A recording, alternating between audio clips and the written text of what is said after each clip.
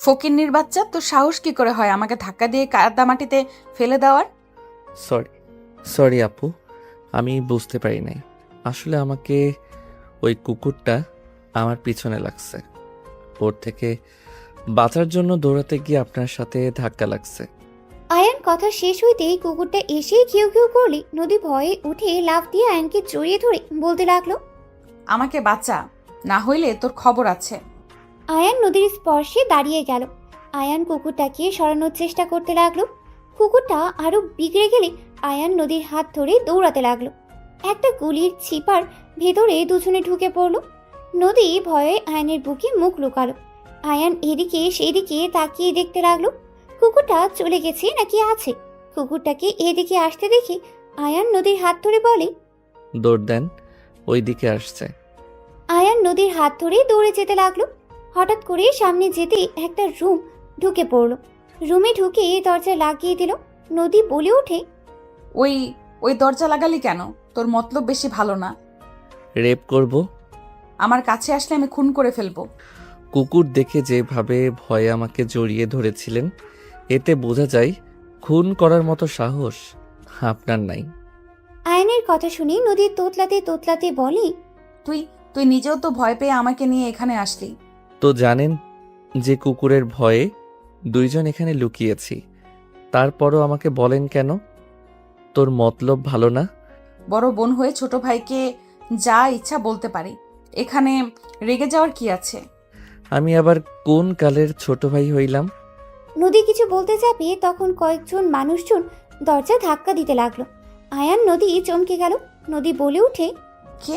নদীর কণ্ঠ শুনে কেউ একজন বলে উঠল, ওই দরজা খুল, না হলে দরজা ভেঙে ফেললাম। দরজা ভাঙলে তোদের খবর আছে, নোংরামি করার জায়গা পাস না। আয়ান দরজা খুলে দিলে লোকগুলো আয়ানকে মারতে লাগলো। নদী পালাতে যাবে, সাথে কয়েকজন ছেলে চুল ধরে নদীকে থাপ্পড় মারলে আয়ান রেগে লোক তিনটাকে লাথি মেরে ফেলে দিয়ে বলল, আমরা কি করছি সেটা না বলে মেয়ে মানুষের গায়ে হাত তোলার সাহস কোথা থেকে পান? আপনাকে কে অধিকার দিয়েছে মেয়ে মানুষের গায়ে? আয়ানের কথা শুনে তিনজন উঠে বলে, ওকে ধরেন ভালো করে, এখানেই নোংরামি করে। আবার আমাদের বলে সাহস কি করে হয়, দুজনকে ধরে নিয়ে চলেন। কথাগুলো বলেই দুজনকে ধরে নিয়ে যেতে লাগলো। নদী বলতে লাগলো, আমাকে ছেড়ে দেন, আমি কিসের নোংরামি করছি? আমাকে ছেড়ে দেন, আমাকে ট্রেন ধরতে হবে, দয়া করে আমাকে ছেড়ে দেন। নদীর কথা শুনে একজন বলে, দেখেছেন কাহিনী, আমাদের এখানকারও না, আমাদের বস্তিতে নাম খারাপ করতে এসেছে। ওদের ধরে বিয়ে পড়িয়ে দিলে ভালো হবে। এখানে মজা নিতে আসা, বের করছি। কি বিয়ে মানে? আমি ওনাকে চিনি না, আর না উনি আমাকে চেনে। আপনারা কি যাতা বলছেন? আমাকে যেতে দেন, আমি ওকে চিনি না, ওই আমাকে চেনে না। দুজনের কথা শুনে একজন থাপ্পড় মেরে বলে, আমাদের বোকা মনে হয়? আর মজা নেওয়ার সময় ভালো লাগে, বিয়ে করতে মন চায় না। বিয়ের কথা বলছি আর তখন একে অপরকে চিনেই না। এই নোংরামি বের করছি, ওয়েট। দুজনকে টেনে নিয়ে যেতে লাগলো। কিছু দূর নিয়ে গেলে আয়ান নদী নিজেদের মুখ ঢেকে রাখার চেষ্টা করতে লাগলো। দুজনকে টেনে কাজী অফিসে নিয়ে চলে গেল। আয়ান নদী দুজন বারবার অনুরোধ করতে লাগলো ছেড়ে দেওয়ার জন্য। সবাই মেরে ধরে জোর করে বিয়ে পড়িয়ে দিল। আর দুজনকে বলল, নেক্সট টাইম যদি তোমাদের এইখানে দেখি কপালে দুঃখ আছে, নোংরামি করতে আছোস তাই না? গলির ভেতর থেকে শুরু করে সোজা আমার ঘরে গিয়ে নোংরামি মন চাইছে গলায় চেপে ধরি। আমার রুমটাই খারাপ করে দিল। কথাগুলো বলেই লোকটা চলে গেল। নদী কান্না করতে বলে উঠে, তোর জন্য এসব হইল, তুই ইচ্ছে করে এসব করছস, তোরে আমি খুন করে ফেলবো। আয়ানকে নদীর মারতে যাবে, সাথে সাথে আয়ান নদীর হাত ধরে ফেলে, বলে, দেখেন, আমি এখানে কাজের জন্য এসেছিলাম, আমি চাকরি খুঁজতে এসেছি। আমি কিভাবে ইচ্ছে করে এসব করব? আমার ফ্যামিলি জানলে কতটা কষ্ট পাবে আপনি জানেন? চুপ কর, তুই ইচ্ছে করে করছস। তোর সাথে দেখা হওয়ার পর থেকে যত ঝামেলা হচ্ছে, তুই সব নষ্টের মূল। আজব তো, শব্দ আমার নিজের মনে হয় নাই।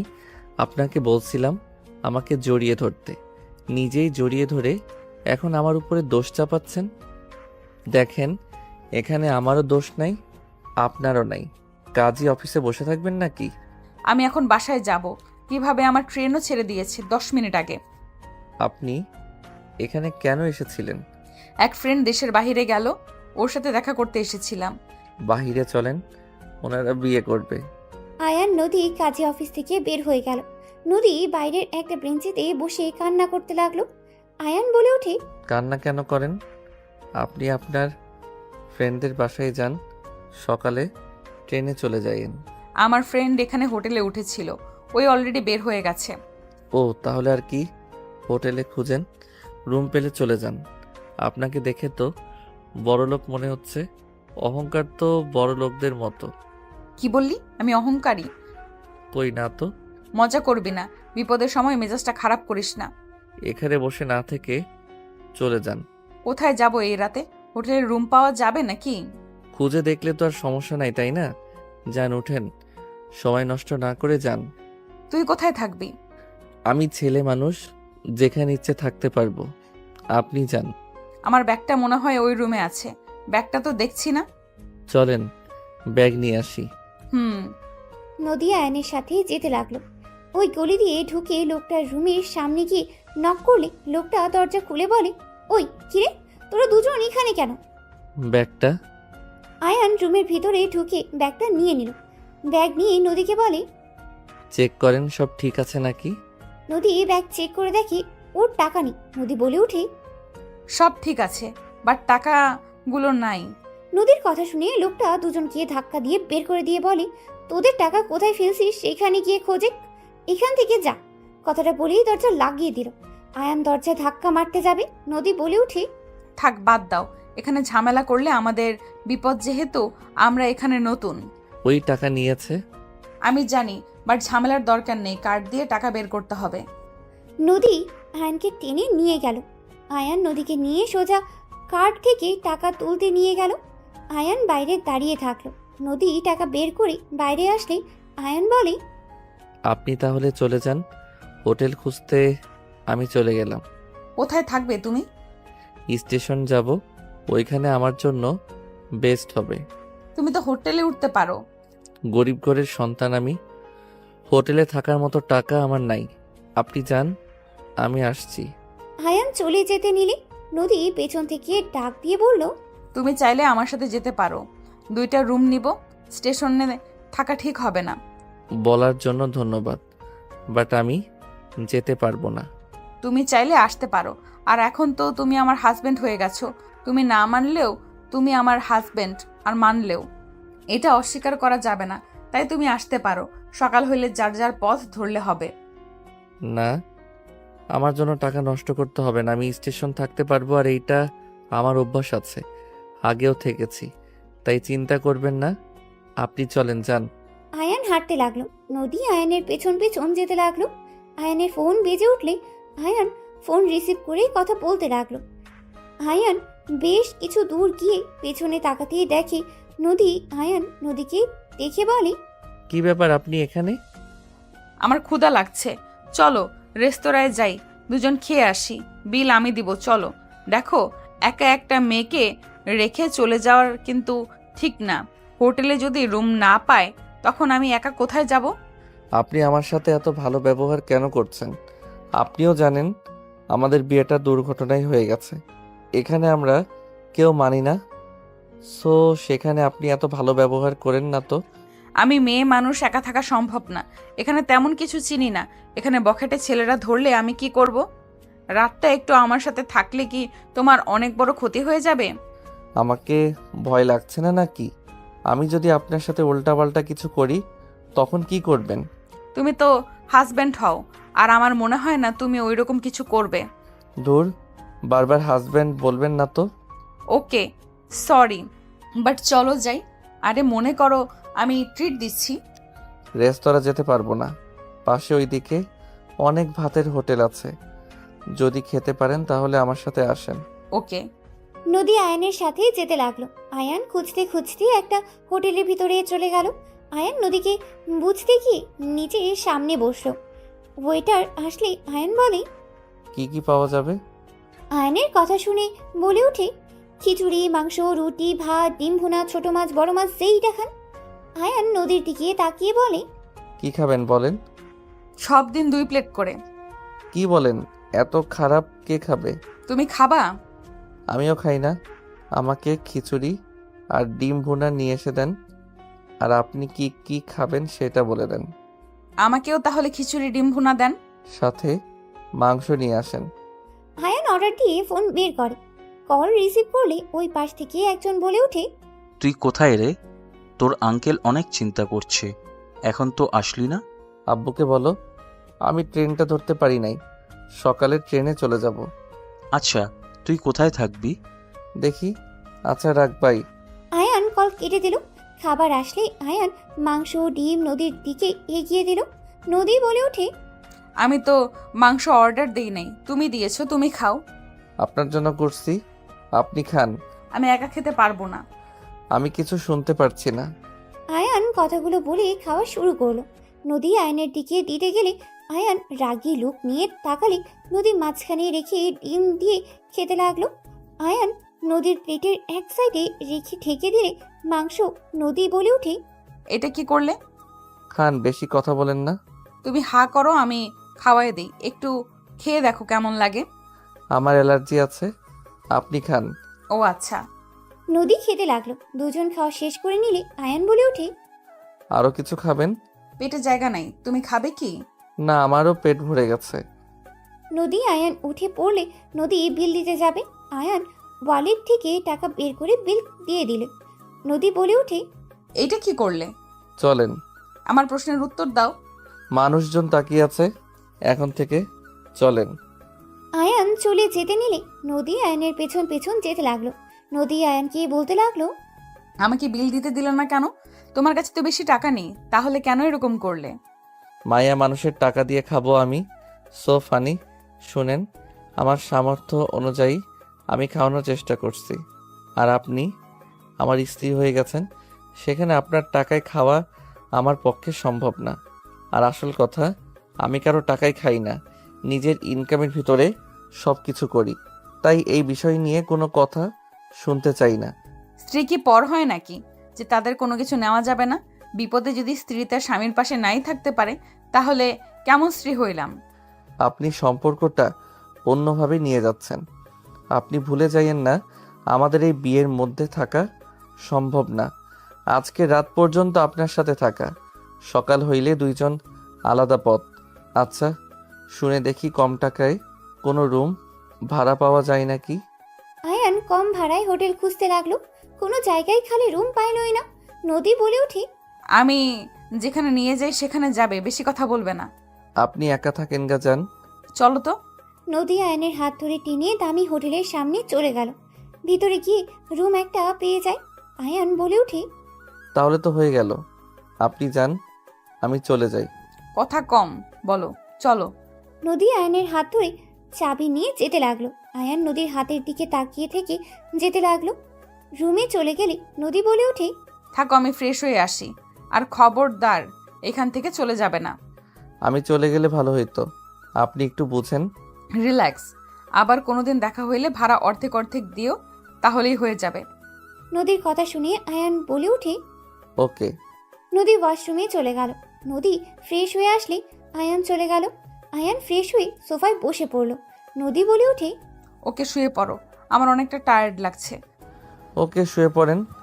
আয়ান সোফায় শুয়ে পড়লে নদী বলে ওঠে, তুমি চাইলে খাটে শুয়ে পড়তে পারো, মাঝখানে পার্টিশন দিয়ে রাখতে পারো। না, আমার হাত পা তুলে দেওয়ার অভ্যাস। আপনি থাকেন ওইখানে, গুড নাইট। আয়ান চোখ বন্ধ করে শুয়ে পড়ল। আয়ান ঘুমিয়ে গেলে নদী আয়নের দিকে তাকিয়ে থাকতে লাগলো। 2 বছর পর। স্যার, আমি নিঃস্বার্থভাবে আপনার কোম্পানিতে কাজ করলাম, আর আপনি আজ বলছেন আমি আপনাদের লিঙ্কগুলো অন্য কোম্পানিতে বিক্রি করে দিয়েছি। তুই যদি না করস তাহলে ওই পোলা, তুই ছাড়া তো এই লিঙ্কের কথা কেউ জানতো না। দেখেন স্যার, আমি কিছু করি নাই, আমাকে ফাঁসানো হচ্ছে। এই অফিসে কেউ এমন কিছু করছে, আপনি ভালো করে খোঁজ নিয়ে দেখেন। তুই করছস, আমাকে কিছু দেখতে হবে। তুই এখন এই কোম্পানি থেকে চলে যা, যার কাছে বিক্রি করছস তার কোম্পানিতে কাজ কর, বের হ। রনি ধাক্কা দিয়ে বের করে দিতে সাথে সাথে আয়ানকে কেউ ধরে ফেললো। রাইসা বলে ওঠে, আয়ান কিছু করে নেই, সব আপনি করেছেন। অন্যের উপরে দোষ চাপাতে লজ্জা করে না? ম্যাম কি বলছেন? আমি কেন এমন কাজ করব? রাইসা ফোন চালু করে ভিডিও ফুটেজ দেখালে রনি ঢোক গিলতেই লাগলো। রনি কিছু বলার আগে কার্ড দিয়ে বের করে দিল। রাইসা আয়ানকে বলল, আয়ন, তোমার সাথে কিছু কথা ছিল। ধন্যবাদ ম্যাম, আমাকে এভাবে বাঁচিয়ে দেওয়ার জন্য। ধন্যবাদ দিতে হবে না আয়ান, আমার সাথে একটু আমার কেবিনে আসো। রাইসার সাথে আয়ান তার কেবিনে চলে গেলে আয়ান কেবিনে ঢুকতেই রাইসা দরজা লাগিয়ে দিলে আয়ান চমকে উঠল। আয়ান বলে ওঠে, ম্যাম, দরজা লাগিয়ে দিচ্ছেন কেন? ভয় পেও না, বসো এখানে। আয়ান আস্তে আস্তে ভয়ে সোফায় বসলে রাইসা বলে ওঠে, আরে এত ভয় কেন পাচ্ছ? আমি কি খেয়ে ফেলবো নাকি? শোনো, তোমার জন্য একটাই অফার আছে।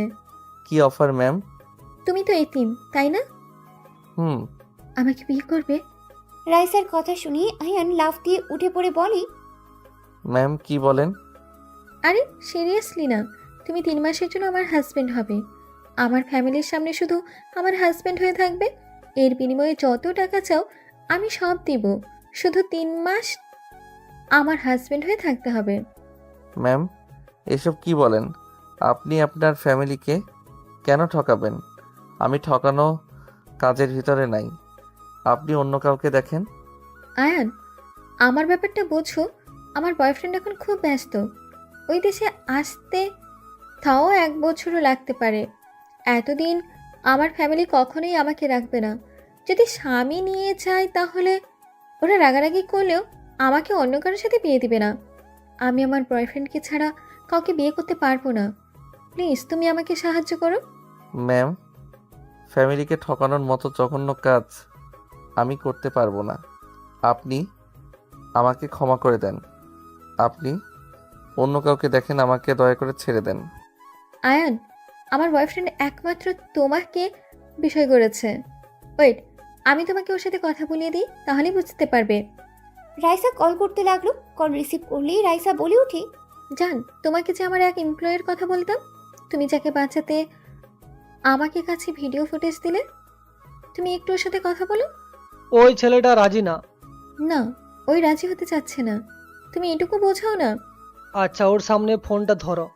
রাইসা ফোনটা আয়নের সামনে ধরলে আয়ন সাথে সাথেই ফোন কেটে দিয়ে বলল, ঠিক আছে, আমি আপনার হাজবেন্ড হতে রাজি আছি। রাইসার অবাক হয়ে বলে ওঠে, কি হলো? এটাই তুমি রাফির সাথে কথা না বলে এভাবে কল কেটে দিলে, আর এখন বলছো হাজবেন্ড হতে রাজি আছো? আপনি কি চান আমি আপনার হাজবেন্ড হয়ে যাই, নাকি চান না? চাই। তাহলে কবে যাবেন আমাকে জানিয়ে দিয়েন। আমি আমার কাজ করতে গেলাম। তুমি কি রাফিকে চেনো? না, আমি কিভাবে ওনাকে চিনব? তাও ঠিক। আচ্ছা যাও, সকালে ব্যাগ গুছিয়ে স্টেশন এসেছো, আমি কল দিব। ঠিক আছে। আয়ান চলে গেল। রাইসা রাফিকে কল দিয়েই কথা বলতে লাগলো। সন্ধ্যার দিকে অফিস ছুটি হইলে আয়ান বাসায় চলে গেল। আয়ান বাসায় গিয়ে রান্না করতে লাগলো আর রাকিব সাথে কথা বলতে লাগলো। কথা শেষ হইলে আয়ান রান্না শেষ করে ফ্রেশ হতে চলে গেল। ফ্রেশ হয়ে কিছুক্ষণ ফেসবুকিং করে রাত হইলে খেতে চলে গেল। খাবার খেয়ে ঘুমিয়ে গেল। সকালে রাইসার ফোনের শব্দে ঘুম ভেঙে গেল। আয়ান কল রিসিভ করতে রাইসা বলে ওঠে, আয়ান, কোথায় তুমি? ম্যাম 10 মিনিট লাগবে। তাড়াতাড়ি রেডি হয়ে আসো, 15 মিনিট সময় আছে। Okay ma'am. আয়ান ফোন রেখে তাড়াতাড়ি করে ফ্রেশ হতে চলে গেল। ফ্রেশ হয়ে পোশাক পরিবর্তন করে নিল। তাড়াতাড়ি করে ব্যাগ গুছিয়ে তাড়াতাড়ি করে বাসা থেকে বের হয়ে গেল। আয়ান রিক্সা নিয়ে সোজা স্টেশনে চলে গেল। স্টেশনের সামনে গিয়ে দেখে ট্রেন চলে এসেছে। রাইসা উঠতে যাবে। আয়ান দৌড়ে রাইসার সাথে উঠে পড়ল। রাইসা আয়ানকে দেখে বলল, আসলে তাহলে এতক্ষণ কই ছিলে? আমি তো ভেবেছিলাম তুমি আসবে না। আমি যেহেতু কথা দিয়েছি সেখানে আমি কথা রাখবই। চলো। রাইসার সাথে আয়ান চলে গেল। নিজেদের সিটে বসে পড়ল। রাইসা রাফির সাথে ফোনে কথা বলতে লাগলো। আয়ান আর চোখে দেখতে লাগলো। রাফি দুষ্টুমি করে বলে ওঠে, তোমার জামাই ওইভাবে তাকিয়ে থাকে কেন? কথা বলবে নাকি? আমার সাথে কেউ কথা বলতে চাইলে আমি কিছু মনে করব না। সরি স্যার, আমি কারোর সাথে কথা বলতে ইচ্ছুক না। আপনারা কথা বলেন। আয়ান কথাগুলো বলে বাইরের দিকে তাকিয়ে থাকলো। রাফির সাথে রাইসার সারা রাস্তা কথা বলতে লাগলো। রাফি বলে ওঠে, তোমার ছোট্ট হাজব্যান্ডের মনে হয় ক্ষুধা লাগছে, খাবার নিয়ে আসো নাই? রাফি, বাজে কথা বলবে না। বারবার ওকে আমার হাজবেন্ড কেন বলছো? তোমার যদি রাগ হয় তাহলে নিজে চলে আসো, তা তো আসতে পারবে না, ফ্যামিলিকে বলার সাহসও পাও না, যত সব। আরে বাবা, রেগে কেন যাচ্ছ? আমি তো মজা করে বলছি। যাই হোক, তোমরা খেয়ে নাও, আমি মিটিংয়ে যাব। রাফি কল কেটে দিলে রাইসা আয়নের দিকে তাকাতে দেখে আয়ান সামনে বাচ্চা মেয়ের সাথে দুষ্টুমি করছে। রাইসা আয়নের আর বাচ্চা মেয়েটার কাণ্ড দেখে হেসে দিল। রাইসা আয়ানকে বলল, আয়ান, বিরিয়ানি খেয়ে নাও। কিছু খাবো না, পানি হবে কি? রাইসা পানি দিলে আয়ান পানি খেয়ে বাইরের দিকে তাকালো।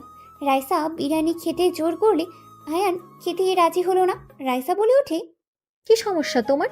দুপুর হয়ে গেল, ক্ষুধা লাগে নেই নাকি? আপনি খান তো। আয়ান কথাগুলো বলে কানে হেডফোন দিয়ে সুরা শুনতে লাগলো। 5টার দিকে স্টেশন থেকে নেমে পড়লো। আয়ান নিজের ব্যাগ কাঁধে নিয়ে রাইসার লাগেজ নিয়ে যেতে লাগলো। রাইসা আয়ানের পেছন পেছন যেতে লাগলো। আয়ান স্টেশন থেকে বের হইলে রাইসা বলে ওঠে, আসি। আপু, আশিক দৌড়ে এসে রাইসাকে জড়িয়ে ধরে বলে, আপু কেমন আছো? আর ভুয়া দুলা ভাই এইটা নাকি? বাট এইটা ছোট লাগছে, কেউ বিশ্বাস করবে কিনা সন্দেহ আছে। আমার থেকেও তো ছোট লাগে। আপনি জানেন আমি ভুয়া হাজব্যান্ড? আমার ইয়ে দুলা ভাই তো রাফি চৌধুরী আর এই গ্রুপের মালিকের ছেলে। ও আচ্ছা। লাগেজ নিয়ে চলো। রাইসা কথায় আয়ানের হাত থেকে লাগেজ নিয়ে যেতে লাগলো। আয়ান ওদের সাথে যেতে লাগলো। 3 জন গাড়িতে উঠে যেতে লাগলো। আশিকের ফোনে কল আসতে সামনে ফোন রেখে কল রিসিভ করে ড্রাইভিং করতে লাগলো আর কথা বলতে লাগলো। আয়ান বাইরের দিকে তাকিয়ে থাকতে লাগলো। একটা পুরনো জমিদার বাড়ির ভেতরে গাড়িটা থামলো। আয়ান গাড়ি থেকে নেমে রাইসা বলে ওঠে, ভেতরে চলো। এটা তো জমিদার শেখ বাড়ি, তাই না? হ্যাঁ, আমার দাদার বাবা ছিলেন সে। ও আচ্ছা। ভেতরে চলো। আর তোমাকে দুপুরে যা যা বলেছিলাম মনে আছে? জি ম্যাম। বউবালা শেখো। ম্যাম কি? সরি। আয়ান রাইসা আশিকের সাথে যেতে লাগলো। ভিতরে ঢুকলে রাইসাকে সবাই জড়িয়ে ধরলো। রাইসা সবার সাথে কথা বলতে লাগলো। হঠাৎ করে আয়নের চোখ সিঁড়ি বয়ে নামা মেয়েটার দিকে গেল। আয়ন চমকে গেল। রাইসা মেয়েটাকে দেখে জড়িয়ে ধরে বলল, কেমন আছোস? আলহামদুলিল্লাহ, অনেক শুকিয়ে গেছিস। খাবার ঠিক মতো খাস না নাকি? নাটক কম করো প্রিয়। নিজের দিকে তাকিয়ে অন্যজনের দিকে তাকিয়ে কথা বলেন। রাইসার কথা শুনে সবাই হেসে দিল। নদীর আম্মু সামনের দিকে তাকিয়ে বলে ওঠে, আশিক, এই ছেলেটাকে। নদীর আম্মুর কথা শুনে আয়ান সালাম দিল। নদী আয়নের দিকে তাকালে বুকের ভিতর টুক করে উঠল। রাইসা নদীকে ছেড়ে দিয়ে বলে, বড় আম্মু, আমার হাজবেন্ড আয়ন। আর এইদিকে আছো? সরি, সবার সাথে কথা বলতে গিয়ে তোমার সাথে পরিচয় করে দিতে ভুলে গেছি।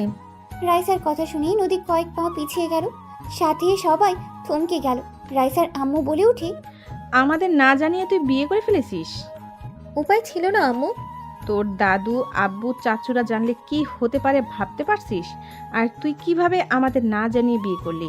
আমাদের তো একবার জানাতে পারতি। কি জানাবো? তোমরা কি বলেছো আমি আসলে আমাকে বিয়ে দেবে? তো আমি আমার বয়ফ্রেন্ডকে বিয়ে করে নিয়েছি। আর আমি বিয়ে করে সোজা এখানে নিয়ে এসেছি। বাসর তো আর করি নাই, তাই না? বউ কি ধরনের কথা বলো? বড়দের সাথে এভাবে কেউ কথা বলে নাকি? জান, চুপ করো, আমি কথা বলছি তো। কাকি বাদ দেন তো। আব্বু, চাচু, দাদুকে শান্ত কিভাবে করতে হবে সেটাই নিয়ে ভাবতে হবে। সত্যি কি তোরা বিয়ে করছোস রাইসা? এই ছেলেকে দেখে তো ছোটদের মতো লাগছে। ওই আমার জুনিয়র, বাট আমরা একে অপরকে ভালোবাসি। বয়স কোনো ব্যাপার না। জান, চলো রুমে যাই। রাইসা আয়নের হাত ধরে নিয়ে যেতে লাগলো। নদীর থ হয়ে এক নজর তাকিয়ে আছে। আয়ান নদীর দিকে তাকিয়ে ভাবতে লাগলো, শেষমেশ কিনা নিজের শ্বশুর বাড়িতে চলে আসলাম। আল্লাহ জানে উনি মনে মনে কি ভাবছে। আবার যদি রেগে আমার নামে মামলা দেয়, কারণ আমি তো তাকে ডিভোর্স নেই নাই। কি যে করব আল্লাহ ভালো জানে। আয়ানকে নিয়ে সোজা রাইসা রুমে চলে গেল। আয়ান হাত সরিয়ে দিয়ে বলে, আপনি বড়দের সাথে এমন ব্যবহার করেন কিভাবে? আর বাসর কথা বলতে লজ্জা লাগে না? এই, তোমার সাথে কি সত্যি বাসর করবো নাকি? চুপ থাকো, আমার ফ্যামিলির ব্যাপার আমি বুঝে নিব। যাও, ফ্রেশ হয়ে নাও। রাইসা আয়ানকে ওয়াশরুম দেখিয়ে দিলে আয়ান ব্যাগ থেকে শার্ট প্যান্ট বের করে ওয়াশরুমে চলে গেল। গোসল করে পোশাক চেঞ্জ করে বের হইল। বারান্দায় শার্ট প্যান্ট মেলে দিয়ে খাটে এসেছে বসলো। রাইসা ওয়াশরুমে চলে গেল। গোসল করে বের হইলে নদী রুমের ভিতরে ঢুকলো। রাইসা নদীকে দেখে বলে, কিছু বলবি? দুলাভাইকে নিয়ে নিচে আয় খেতে। নদী, তুই একটু ওকে খাবার এখানে দিয়ে যা। আমি একটু বের হব, আমার কাজ আছে। আপুর সাথে দেখা করতে যাব, কোম্পানির বিষয়ে কিছু কথা ছিল। ও আচ্ছা। রাইসা চলে গেল। নদী নিচে গিয়ে খাবার নিয়ে এসেছে। রাইসা রুমে ঢুকলো। আয়ান নদীকে দেখে উঠে বসে পড়ল। নদী টি টেবিলের উপরে খাবারগুলো রেখে বলল, খেয়ে নেন দুলাভাই। এইটা আপনাদের বাসা? আপনার বোন হয় রাইসা? আপনি তো অনেক চালাক মানুষ। আপনাকে দেখে বড্ড অবাক হইলাম। আমার কেন জানি মনে হচ্ছে আপনি ইচ্ছে করে রাইসাকে ফাঁসিয়ে এই বাসায় এসে ঘর জামাই হয়েছেন। ঠিক বলছেন। আপনারা তো বড়লোক মানুষ, আপনাকে বিয়ে করে তো কোনো কিছু পেলাম না, তাই আর কি আপনার বোনকে ধরলাম। আপনার বোনকে ধরে লাভ হয়েছে। আপনার বোনের কোম্পানি আছে, নিজস্ব সব কিছু আছে। আমার আর অভাব থাকলো না, পায়ের উপরে পা তুলে বসে খাবো। আয়নের কথা শুনে নদী রেগে আয়নের কাছে গিয়ে আয়নের কলার ধরে রেগে বলে, তুই আমাকেও সেদিন ফাঁসিয়েছিলি তাই না? ওরা তোর লোক ছিল তাই না? তুই যদি ভেবে থাকস রাইসার মাধ্যমে এই বাড়ির দিকে নজর দিবি, তাহলে জীবনে বড় ভুল করবি। আমি বেঁচে থাকতে তোকে কিছুই করতে দিব না। নদীর কথা শুনে আয়ান হাসতে লাগলো। নদী রেগে থাপ্পড় মারতে যাবে, সাথে সাথে আয়ান নদীকে খাটের উপরে ফেলে দিয়ে নদীর 2 হাত চেপে ধরে, ঠোঁটজোড়া নিজের দখলে নিয়ে নিল। নদী চোখ বড় বড় করে ফেলল। নদী আয়নের থেকে ছোটার চেষ্টা করতে লাগলো। আয়ান নদীর পেটে হাত দিয়ে নদী কেঁপে উঠল। 3 মিনিট পর নদীর ঠোঁট ছেড়ে দিলে নদী চোখের পানি গড়িয়ে পড়তে লাগলো। নদী আয়নের 2 গালে থাপ্পড় মারতে লাগলো। নদী কান্না করতে করতে বলতে লাগলো, আমার হাজবেন্ড হয়ে অন্য কাউকে বিয়ে করতে কি বিবেকে বাঁধলো না? তোর টাকা প্রয়োজন হইলে আমাকে বলতে পারতি, তুই অন্য কাউকে কেন বিয়ে করলি? আয়ান নদীর বুকে মাথা দিয়ে 2 হাত খাটের সাথে চেপে ধরে বলে, আমাকে কি ভালোবাসেন নাকি? তোকে কেন ভালোবাসবো?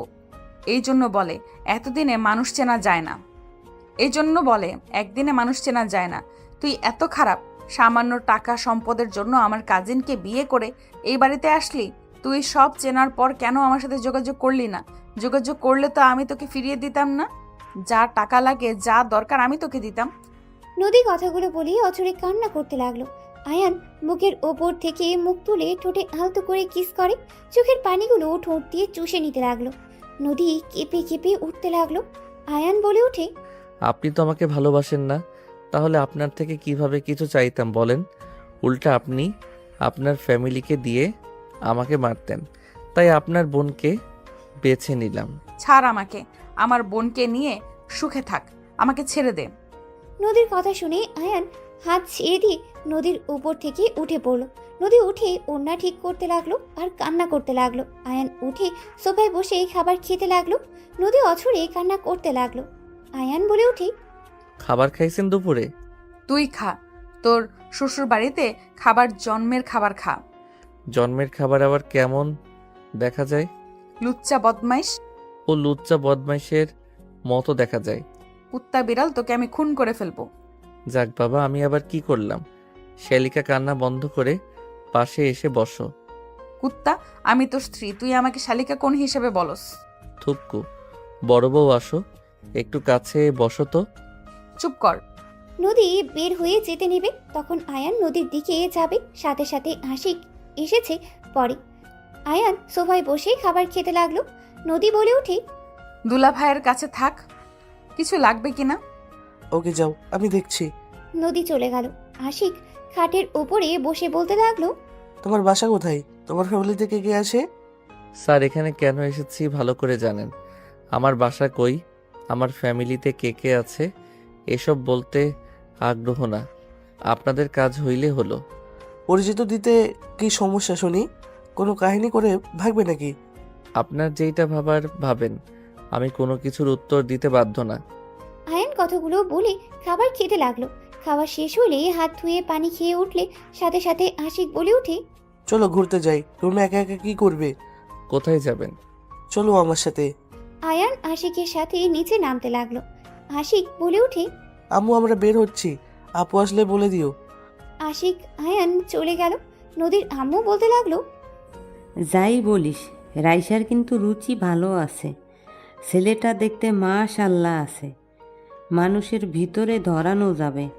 ভাবি, আপনি এসব বলছেন আর আমি এদিকে আমি চিন্তায় মরছি যে শ্বশুর মশাই, ভাইজান, রাইসার বাবা কিভাবে নিবে। দুজন কথা বলতে লাগলো। আয়ান আশিকের সাথে ঘুরতে লাগলো। রাত 8টার দিকে আশিকের সাথে আয়ান বাসার ভিতরেই ঢোকে। দেখে নদীর আব্বু রাইসাকে থাপ্পড় মেরে বলছে, তোমাকে আমরা এই শিক্ষা দিয়েছি, যাকে তাকে ধরে নিয়ে এসে বলবে বিয়ে করে এসেছি, ও আমার হাজব্যান্ড, মেনে নেন। তুমি এখন তোমার হাজব্যান্ডকে নিয়ে এখান থেকে বের হয়ে যাবে। আব্বু অলরেডি সবাই জেনে গেছে এই ছেলেটা আপুর হাজবেন্ড। এখন যদি কেউ জানে যে বের করে দিয়েছেন, মান সম্মান থাকবে তো? এইটুকু ছেলেকে বিয়ে করছে, আমি কি আর বলবো? আমার বলার মতো ভাষা নাই। দাদু, ওর বয়স কম হইতে পারে, ও অনেক ভালো একটা ছেলে। আপনার ওর সাথে মিশলে বুঝতে পারবেন। আমি বুঝলাম ওই ভালো ছেলে, তুমি আমাদের না জানিয়ে বিয়ে কিভাবে করতে পারলে? আসসালামু আলাইকুম। আমি আপনাদের মাঝে কথা বলতে যাচ্ছি, যদি অনুমতি দিতেন। ওয়ালাইকুম আসসালাম। কিসের অনুভূতি? তুমি আমাদের মধ্যে একটা কথাও বলবে না? তুমি আমার বাতিদিকে পাশিয়ে বিয়ে করেছ। তোমার মতো ছেলেকে আমার চেনা হয়ে গেছে। তুমি কি ভাবছ আমার বাতিজিকে ভুলিয়ে বালিয়ে বিয়ে করে আমাদের সম্পত্তি নিয়ে নিবে? যদি ভেবে থাকো তাহলে জীবনে বড় ভুল করছ। দুঃখিত আঙ্কেল, আপনার মেয়ের সম্পত্তি বা আপনাদের সম্পত্তি এইসব আমার কোনো লোভ নাই। আপনার মেয়েকে ভালোবাসি, তাই বিয়ে করেছি। আপনারা আমাদের ভালোবাসা মেনে নিতেন না, তাই আমরা বিয়ে করতে বাধ্য হয়েছি। এখনো ও তোমাদের আমরা মেনে নিচ্ছি না, বের হয়ে যাও দুইজন। দাদু রাইসার হাত ধরতে যাবে, তখন রাইসার আব্বু বলে ওঠে, আব্বাজান, ভাইজান বাদ দেন। আমার মেয়ে বিয়ে করে ফেলেছে, সেখানে আর ঝামেলা করে কী লাভ? ভুলটা তো আর শোধরানো যাবে না। আমার মেয়ে যদি সুখে থাকে তাহলে থাক। আর আমার একমাত্র মেয়ে, আর একটাই ছেলে। আমার মেয়ের জামাই এমপ্লয়ি হয়েছে, সমস্যা নেই। আমার যা আছে এটাই আলহামদুলিল্লাহ, আমার ছেলে মেয়েদের হয়ে যাবে। রাইসার আব্বু কথাগুলো বলে চোখের কোণায় পানিগুলো গড়িয়ে পড়ার আগে মুছে ফেলল। আয়ান রাইসার আব্বুর দিকে তাকিয়ে অনেক মায়া হইতে লাগলো। নদীর আব্বুও বলে ওঠে, মেয়ে ছেলেকে সবসময় ছেড়ে দিবি না তো? মাথায় তুলে আজ কি হলো? তোর মেয়ে একা বিয়ে করে চলে আসলো, আর আমার মেয়ে ছেলেকে দেখ, আজ পর্যন্ত কোনো রিপোর্ট নাই। ছেলে মেয়েদের বেশি মাথায় তুললে এমনই হবে। নদীর আব্বুর কথা শুনেই রাইসার আব্বু চুপ করে থাকলো। রাইসা মাথা নিচু করে রাখলো। আয়ান বলে ওঠে, দুঃখিত, কিছু মনে করবেন না। সব সময় চোখে দেখা কানে শোনা সবসময় সঠিক হয় না, আর ছেলে মেয়েদের নিয়ে বেশি গর্ব করা লাগে না। আর কি বলেন যে মাথায় বেশি তুলে ছেলে মেয়ে নষ্ট হয়ে যায়? স্যার, ব্যাপারটা সম্পূর্ণ ভুল। রাইসা বা তার বড় ভাই তার বাবা মায়ের অসম্ভব ভালোবাসে, সম্মান করে। আপনার ছেলে মেয়ে যে দেখতে পারছেন, আপনি বলেন যে তাদের শাসন করেন, কঠোরভাবে রাখে। আঙ্কেল, আমি 100% গ্যারান্টি দিয়ে বলতে পারি আপনার ছেলে মেয়েরা আপনাকে মনে মনে বকাঝকা করে, আপনাকে সহ্য হয়তো করতে পারে না। আপনার সামনে হয়তো ভয়ে এক্সপেক্ট করে, বাট মনের ভিতর থেকে এক্সপেক্ট করে না। আয়নের কথা শুনে আশিক নদী রাগী লুক নিয়ে তাকালে আয়নের কথা শুনে বলে, বেয়াদব ছেলে, আমার ছেলে মেয়েদের নিয়ে বাজে কথা বলে আস। তোর সাহস কি করে হয়? আমার সন্তানরা আমাকে ভয় পায়, সম্মানও করে, বুঝতে পারছস? আর রাইসা যদি কাউকে ভালোবাসতো, তোর মতো বেয়াদবকে মতো কাউকে বিয়ে করে আনতো না। সরি আঙ্কেল, আমার কথায় কষ্ট পেয়েছেন, বাট আঙ্কেল, আমি যদি বলি এখানে আপনার আর দাদু ভয়ে এমন কাজ করতে বাধ্য হয়েছে, আপনারা তো রাইসার ইচ্ছে কোনো কিছু তো শুনতে চান না। বাড়িতে আসলে আপনাদের পছন্দ করা পাত্রর সাথে বিয়ে দিয়ে দিবেন। এইটা কেমন ব্যবহার হইল বলেন? যার বিয়ে সেই রাজি কিনা ওইটা জানার দরকার নাই। যাকে ভালোবাসে তার সম্পর্কে খোঁজ খবর নিয়ে যে দেখবেন ছেলেটা আসলে ভালো নাকি খারাপ, ওইটা তো দেখবেন না। দেখবেন শুধু ছেলেটা টাকা আছে নাকি হাই লেভেল বংশ হইতে হবে। এত টাকা টাকা করে কি হবে আঙ্কেল, যদি ভালোবাসাটা না থাকে? আয়নের কথা শুনে রাইসার আব্বু বেশ ভালো লাগলো। নদীর আব্বু রেগে বলে ওঠে, তুই কি বলতে চাস? হ্যাঁ, আমরা আমাদের সন্তানের ভালো চাই না, খারাপ চাই না কি? আঙ্কেল, আমি সেইটা বুঝাই নাই। আসলে সমস্যা কি জানেন, মাঝে মাঝে বাবা মায়েরা সন্তানের ভালো করতে গিয়ে সন্তানের খারাপ ভবিষ্যৎটা খারাপ করে দেয়। আঙ্কেল, সবসময় টাকার পিছনে ছুটবেন না। মানুষ ব্যবহার দেখবে, মেয়ে ভালো দেখবে কিনা সেটা দেখবে। এখন অনেক টাকাওয়ালা বাট নেশাখোর বা সব মেয়ের প্রতি আসক্ত বা ব্যবহার নিকৃষ্ট বউকে সম্মান করতে জানেন না, এমন ছেলে দেখে বিয়ে দিয়ে জীবন নষ্ট করার কোনো মানে হয় না। তাই না? তা তুই অনেক ভালো ছেলে, এটা বোঝাতে চাচ্ছিস নাকি? তোর মতো দুই পয়সার ছেলের সাথে নিজের মেয়েকে বিয়ে দিব নাকি? আমি বলি নাই আমি ভালো। আয়ান আর কিছু বলার আগেই রাইসা বলে ওঠে। অ্যান্ড চুপ করবে প্লিজ, অনেক জ্ঞান দিয়েছো, দয়া করে চুপ করো। রাইসার কথা শুনে আয়ান চুপ হয়ে গেল। নদীর আব্বু রেগে বলে ওঠে। আব্বা, আপনি তাকিয়ে কি দেখছেন? আপনার ছেলেকে এতটুকু ছেলে এসে অপমান করছে, আর আপনি চুপচাপ শুনে যাচ্ছেন, কেউ কোনো প্রতিবাদ করছেন না। ছেলেটা ছোট হইলেও আসলে অনেক কিছু ঠিক বলছে। আব্বু, তুমি ওদিকে টানছো। আচ্ছা বাদ দে, মেজো যেহেতু মেনে নিয়েছে সেখানে আমার কথা বলে কি লাভ? রাইসা, ওকে নিয়ে রুমে যাও। রাইসা আয়ানকে ইশারা করলে আয়ান রাইসার সাথে যেতে লাগলো। নদী আয়ানের দিকে তাকিয়ে আছে। আয়ান নদীর দিকে তাকিয়ে চোখ টিপ মারলে নদীর রাগে গজগজ করতে লাগলো। নদীর আব্বু রেগে চলে গেল। নদীর আম্মু বলে ওঠে। বাবা, এইটুকু ছেলে না কত বড় বড় কথা। এখনকার ছেলেমেয়েরা অনেক পাকনা। আয়ান ছোট হলেও কথাগুলো কিন্তু সঠিক বলেছে। পাকনামি করা লাগবে না তোর, যা এখান থেকে। রাইসার আব্বু চলে গেল। দাদুও নিজের রুমে চলে গেল। আয়ান রাইসার সাথে রুমে গেলে রাইসা রেগে ধমকে সুরে বলে ওঠে। এই, তোমাকে আমি এইসব শিখিয়েছি? বড় আব্বুর সাথে যে তর্ক করলে মেরে হাড্ডি ভেঙে দিত। আব্বু চুপ করেছিল জন্য কিছু করলো না। আব্বু যদি কিছু বলতো আমাদের বিরুদ্ধে গেলে মেরে বের করে দিত। Sorry ma'am. রাইসার ফোন বেজে উঠলে রাইসার বারান্দায় চলে যায়। আয়ান খাটের উপরে বসে চিন্তিত হয়ে বসে থাকলো। আয়ান মনে মনে ভাবতে লাগলো। আমি কি কাজটা ঠিক করছি? লোকটার চোখে আমি স্পষ্ট কষ্টের ছাপ দেখলাম। উনি হয়তো কল্পনাও করতে পারছে না তার মেয়ে এমন একটা কাজ করতে পারে। আমি কি ওনাকে সব সত্যিটা বলে দিব? না থাক, সত্যিটা বলে দিলে অন্য ঝামেলা হয়ে যাবে। আয়ান কথাগুলো ভাবতে লাগলো। 10টার দিকে রাইসাদের ডাকলে আয়ান রাইসা দুজন নিচে চলে গেল। আয়ান সবার সাথে ডাইনিং টেবিলে বসতে যাবে, তখনই নদীর আব্বু এসে বললেই। সামান্য একজন এমপ্লয়ি হয়ে বসদের সাথে খেতে বসতে চায় কোন সাহসে? এই ছেলে, নিচে গিয়ে বসো। Sorry sir. শফিক, চুপ কর তো। আয়ান, তুমি বসো আমাদের সাথে। ও যদি আমাদের সাথে খায়, আমি খাওয়ার বাদ দিয়ে উঠে যাব। নদীর আব্বুর কথা শুনেই কিছু বলবে, তখন আয়ান বলে ওঠে। স্যার আপনি থাকেন, সমস্যা নাই, আমি নিচে বসছি। আয়ান এক সাইডে গিয়ে ফ্লোরে বসলে নদী আয়ানের পাশে গিয়ে বসলো। আশিকও চলে গেল। রাইসাও আশিকের পাশে বসে পড়ল। নদীর আব্বু রেগে বলে ওঠে। কিরে, তোরা ওখানে বসলি কেন? আম্মু, কাকি, আমাদের এখানে খাইতে দেন। আপনারা আমার সাথে কেন বসছেন? আমি গরিব ঘরের সন্তান। আপনারা যান, আমার সাথে বসা আপনার জন্য ঠিক না। তুমিও মানুষ, আমরাও। ওয়েট, আমি নিয়ে আছি। আশিক নদী উঠে খাবার নিয়ে আসতে গেলে নদীর আব্বু রেগে নদীর গালে থাপ্পড় মারতে গেলে আশিক সামনে দাঁড়ালে ওর গালে গিয়ে থাপ্পড়টা পড়ল। দাদু রেগে বলে ওঠে।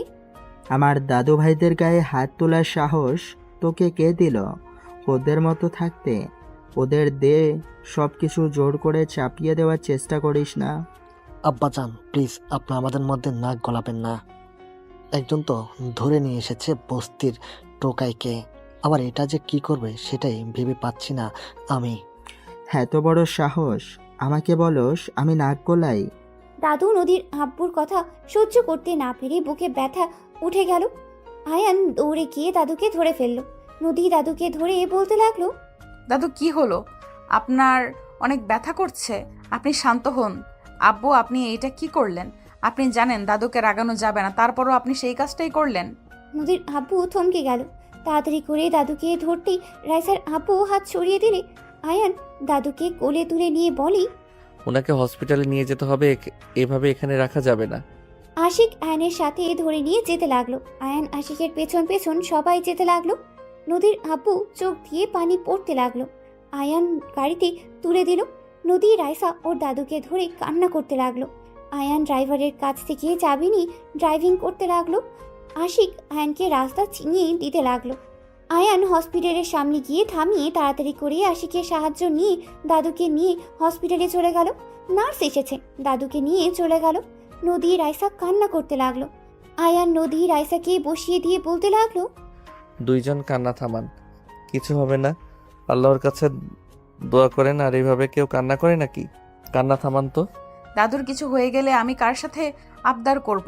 কে আমাকে বুঝবে, ভালোবাসবে? আমার কিছু হলে কে আগে এসেছে পাশে দাঁড়াবে? ওনার কিছু হবে না, আল্লাহর কাছে দোয়া করলে তো পারেন। অ্যান্ড তুমি চুপ করবে? আমাদের কষ্ট তুমি কি বুঝবে? তুমি তো এতিমখানায় বড় হয়েছো। তোমার ফ্যামিলি থাকলে আমাদের ভেতরে কারো কিছু হলে বুঝতে। রাইসার কথা শুনে আয়ানের বুকের ভেতরে ঠুক করে উঠল। আয়ান চুপ হয়ে গেল। আয়ান উঠে দাঁড়িয়ে দাদুর কেবিনের দিকে তাকিয়ে থাকলো। আশিক ডাক্তার ডেকে নিয়ে আসলে ডাক্তার চলে গেল দাদুকে দেখতে। সবাই হসপিটালে চলে আসলো। কয়েক ঘন্টা পর ডাক্তার বের হইলে সবাই ডাক্তারের কাছে এগিয়ে গেল। ডাক্তার বলে ওঠে, রোগীর আপাতত ঠিক আছে। আপনাদের তো বলে দেওয়া হয়েছিল রোগীকে হার্ট না করা। ওনাকে কোনো চিন্তা ভাবনা রাগানো যাবে না, ওনার খেয়াল রাখতে হবে। পরের বার এই অবস্থা হইলেই বাঁচানো সম্ভব হবে না। ডাক্তার আর কিছু কথা বলেই চলে গেল। নার্স মেডিসিন লিস্ট দিলে আয়ান বলে ওঠে, আমার কাছে দিন, আমি নিয়ে আসছি। আয়ান লিস্ট নিয়ে চলে গেল। ফার্মেসিতে গিয়ে মেডিসিনগুলো কিনে হসপিটালে চলে আসলো। আয়ান মেডিসিনগুলো দিলে নার্স হাতে দাদুর কাছে চলে গেল। 5 দিন পর দাদুকে হসপিটাল থেকে বাসায় নিয়ে আসা হয়েছে। দাদু খাটে শুয়ে থেকে কিছু ভাবছে। আয়ান বলে উঠল, দাদু আসবো। দাদু ইশারা করলেই আয়ান ভিতরে গিয়ে দাদুর পাশে চেয়ার টেনে বসে পড়ল। কি ব্যাপার দাদু, দাদিমাকে মিস করেন নাকি? তুমি কিভাবে বুঝলে? ওই তো আপনার বুকের ভিতর থেকে শব্দ হচ্ছে, উনি বলল, সেটা শুনে বললাম। আয়ানের কথা শুনে দাদু হেসে দিয়ে বলে, তোমাকে প্রথম দেখে ভেবেছিলাম তুমি অনেক গম্ভীর টাইপের। এই 5 দিনে যা বুঝলাম। কি বুঝলেন? ফাজিল নাকি? অনেক মজার একটা ছেলে তুমি। তুমি 5 দিনে সবার সাথে কত সুন্দর মিশে গেছো। আপনারা ভালো বলে মিশতে পারছি, চাচা শ্বশুর তো এখনো সহ্য করতে পারছে না। ওর কথা বাদ দাও। ওই ছোট থেকে খিটখিটে মেজাজের বড় সন্তান তো মায়ের আদরের বাদর হয়ে গেছে। ওনার আম্মু ওনাকে অনেক ভালোবাসতো, তাই না? হ্যাঁ, ওর আম্মু ওদের অনেক ভালোবাসতো। আমি বাবা হয়ে ওদের কখনোই সময় দিতে পারি নাই, ওদের মনে জায়গা নিতে পারি নাই। ওদের মা যখন আমাদের ছেড়ে চলে গেল তখন থেকে ওরা আমাকে অপছন্দ করা শুরু করে দেয়। ওরা বুঝতে না দিলেও আমি ঠিকই বুঝতে পারি। দাদিমা কি হয়েছিল? আমার ছোট সন্তানের সাথে এই বাড়ি থেকে বের হয়ে গেছিল। সেই যে চলে গেছে, আর কোনোদিন তার দেখা পাই নাই। অনেক খোঁজ নিয়েছি, কিন্তু কোথায় থাকে এটাও বের করতে পারি নাই। 20 বছর আগে একবার পত্রিকার কাগজে তাকে দেখেছিলাম। বিজনেসম্যান নাম্বার 1 হিসাবে পরিচয় পেয়েছে। দাদিমা এখন কোথায় জানেন না? আর আপনি তার ঠিকানা পান নাই? পেয়েছিলাম, কিন্তু তার সাথে দেখা করতে পারি নাই। সেই সুযোগটা পাওয়ার আগেই জেলখানায় জায়গা হয়ে যায়। জেলখানায় মানে? আমার 3 বছরের জেল হয়েছিল। পরিচিত একজন মিথ্যা মামলায় ফাঁসিয়ে দিয়েছিল। জেল থেকে বের হয়ে সোজা দেশে চলে আসি। সবাই ভেবেছিল আমি মারা গেছি। ও আচ্ছা। একটাই কথা বলবো। জি বলেন। তোমার মাঝে আমি আমার ছোট ছেলের অনেক মিল পাই। তোমার হাসি, তোমার চলাফেরা আমার ছেলের মতো। আমার ছেলে তোমার মতো করে হাসতো। ওই খুব বুদ্ধিমান ছিল। তোমাকে দেখলে আমার ছেলের কথা মনে পড়ে যায়। আপনার ছেলের নাম কি, আর তার কি কোনো ছবি আছে? আমার ছেলের নাম? দাদু পুরো কথা শেষ করবে তখনই আয়ানের ফোন বেজে উঠলে আয়ান দাদুকে বলে, দাদু থাকেন, একটা মিটিং আছে, বউকে জানাতে হবে। আয়ান কথাগুলো বলে রুম থেকে বের হয়ে ফোনে কথা বলতে বলতে যেতে নিলে হঠাৎ করে কেউ পেছন থেকে টান দিয়ে রুমের ভেতরে নিয়ে গেল। আয়ান কল কেটে দিয়ে পিছনে ঘুরে তাকাতে সাথে সাথে নদী আয়ানের ঠোঁটজোড়া নিজের দখলে নিয়ে নিল। আয়ান নদীর কোমর ধরে ঠোঁটজোড়া ওপরে অত্যাচার করতে লাগলো। 3 মিনিট পর ধীরে ধীরে নদী বলে ওঠে, তোর বউকে তুই টাচ করস নাই, আমি জানি তোদের বাসর আজ হবে। তার আগেই আমি তোর ঠোঁটগুলো ইউজ করলাম। শুধু ঠোঁট, অন্য কিছু ইউজ করবেন না? কি বলতে চাস? কিছু না। ও হ্যাঁ, বউয়ের কাছে যেতে হবে। যা, তোর বউ তোর জন্য অপেক্ষা করছে। করবেই তো, আমার বউ আমার জন্য অপেক্ষা করবে না তো কার জন্য করবে? আয়ানের কথায় নদীর রাগ উঠলে কলার চেপে ধরে বলে, আমি তোকে ভালোবাসি, আমি তোর প্রথম স্ত্রী। তুই আমার আগে ওর সাথে বাসর করতে পারবি না। দেখ আমি কি করি আজকে। কি করবে? হ্যাঁ, কিছু করতে পারবে না। আমি তো আজ বাসর করবই। তোর সাহস থাকলে করে দেখাস। ওকে। আয়ান কথাগুলো বলেই রুম থেকে বের হয়ে সোজা রাইসার রুমে চলে গেল। রাইসা আয়ানকে দেখে বলল, কোথায় ছিলে আয়ান? ম্যাম, সজীব স্যারকে কল দিয়ে কথা বলেন। বললাম মিটিং সকালে বলে দিয়েছে, রাতের ভেতরে ফাইলগুলো রেডি করতে হবে। আর কয়েকটা তো ফাইল কাজ শেষ করা যাবে। আচ্ছা আমি বাইরে যাব। ঠিক আছে। রাইসা চলে গেল। আয়ান একটা ফাইল নিয়ে সোফায় বসে ফাইলে কাজ করতে লাগলো। নদী রুমে এসেছে, আয়ানের পাশে বসলো। আয়ানের হাঁটুতে হাত দিয়ে ঠোঁট কামড়াতে লাগলো। আয়ান বারবার হাত সরিয়ে দিয়ে কাজ করতে লাগলো। নদী আয়ানের ফাইল নিতে যাবে, সাথে সাথে আয়ান নদীকে ধরে কোলে বসিয়ে দিয়ে ফাইল হাত থেকে কেড়ে নিয়ে টি টেবিলের উপরে রেখে দেখতে লাগলো। নদী ডিস্টার্ব করতে নিলে আয়ান টান দিয়ে ওর দিকে ঘুরিয়ে এক হাত দিয়ে চেপে ধরে কানে হালকা করে কামড় দিয়ে ধরে থাকলো। নদী আয়নের পিঠে মারতে লাগলো আর বলতে লাগলো, ছাড়ো রাক্ষস কোথাকার। তোমাকে কেউ মাংস খাওয়ায় নাই নাকি যে মানুষের মাংস খেতে চাচ্ছ? আয়ান কান ছিঁড়ে দিয়ে বলি, দুষ্টুমি করা বন্ধ করবে, কাজ করতে দাও। আমি বাসর করব, আমি বড় বউ, আমার অধিকার সবার আগে। সময় হইলে করব, এখন করার মুড নাই। কাজ করতে দিবে নাকি আমি কিছু একটা করব? আমি তো চাই কিছু একটা করো। কামড় দিয়ে গাল লাল করে দিব, পরে আর কাউকে দেখাতে পারবে না। তাই চুপচাপ বসে থাকো, কাজ করতে দাও। আমার কান্না আসছে, আমি কান্না করি, তুমি কাজ করো। নদীর কথা শুনে আয়ান ভ্রু কুচকিয়ে তাকিয়ে বলে, কান্না কেন করবে? কি হয়েছে? আয়ান, আমি সত্যি তোমাকে অনেক ভালোবেসে ফেলেছি। আমি তোমার আশেপাশে অন্য নারীকে সহ্য করতে পারছি না। কেন বুঝতে পারছো না? আমাদের বিয়েটা যেমনই হোক, আমরা তো স্বামী স্ত্রী। আয়ান, এই বিয়েটা কেন করলে তুমি? নদী কথাগুলো বলে কান্না করতে লাগলো।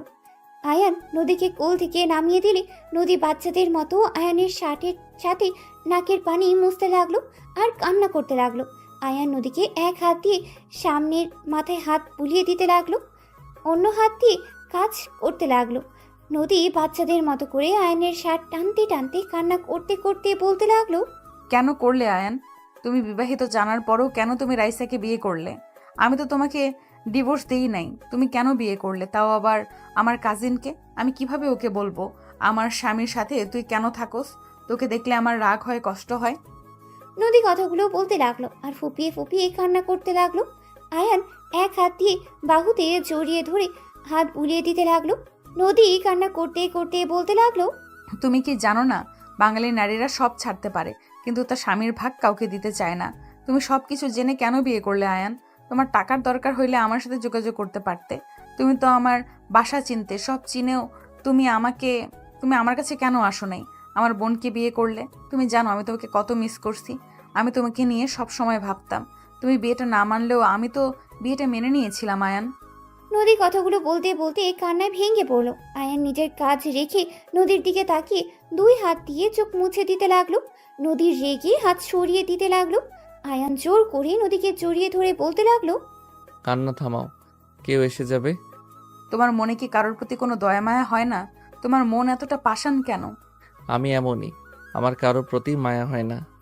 আমার প্রতি একটু মায়া জন্মালে কি ক্ষতি হবে? হ্যাঁ, কান্না থামাও, কথায় কথায় কান্না করবে না তো। এইটার খুব বিরক্ত লাগে। কেউ মনে হয় আসছে, চোখ মুছো। আয়ান নদীকে ছেড়ে দিয়ে কাজ করতে লাগলো। নদী তাড়াতাড়ি করে চোখ মুছে ফেললো। নিজেকে স্বাভাবিক করতে গিয়ে আবার কান্না করলে কারোর কণ্ঠের শব্দ শুনে সাথে সাথে নিজেকে সামলিয়ে নেয়। আশিক এসেছে, বলে ওঠে, আয়ান, আমার গার্লফ্রেন্ড ওর ফ্যামিলি দেশে এসে গেছে, রাফি ভাইও এসেছে, এখন কি হবে? আশিক কথাগুলো বলে সামনে তাকাতেই দেখে নদী বসে আছে। নদী আশিকের কথা শুনে বলে, গার্লফ্রেন্ড আছে তোর? আপু তুই এখানে কি করো? দুলা ভাইয়ের সাথে গল্প করি। তোর গার্লফ্রেন্ড আছে? আপু কাউকে বলো না, আব্বু শুনলে রেগে যাবে। বলবো না, বাট আমার কথা শুনে চললে। ঠিক আছে, সব শুনবো। আপু তুমি একটু যাও তো, আমি আয়নের সাথে কথা বলবো।